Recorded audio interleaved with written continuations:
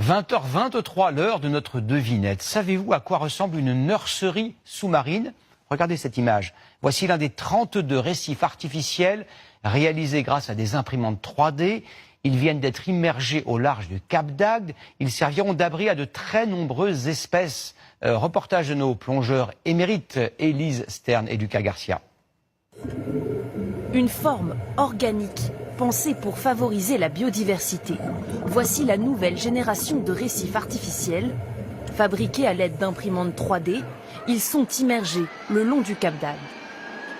C'est de la vie qui va s'y installer, des juvéniles qui vont s'y développer et qui vont pouvoir grandir et favoriser donc la biodiversité sur Agde.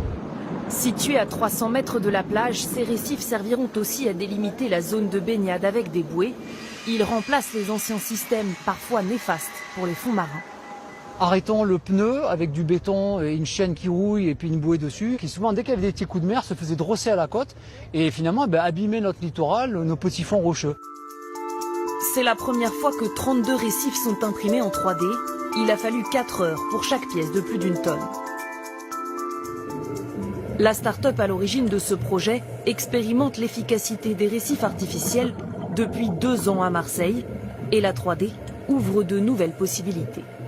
Les courbes ne sont pas faites au hasard. On a une équipe de biologistes marins qui a une connaissance en fait des besoins des espèces et qui va réfléchir aux caractéristiques de l'habitat, aux caractéristiques des abris, des cavités dont les espèces vont avoir besoin pour s'installer, pour trouver leur compte finalement en termes d'habitat.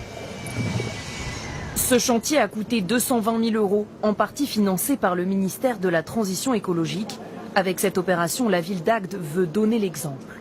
On a déjà des communes de la région occitanie qui nous ont contactés pour savoir comment on fait. Et c'est vraiment le but du jeu, c'est de répliquer ça. La reconquête de la biodiversité marine ne va pas se faire que chez nous, il faut que ça fasse des petits ailleurs. La mer Méditerranée abrite presque 10% de la biodiversité marine mondiale. Ici, l'enjeu de sa préservation est donc primordial.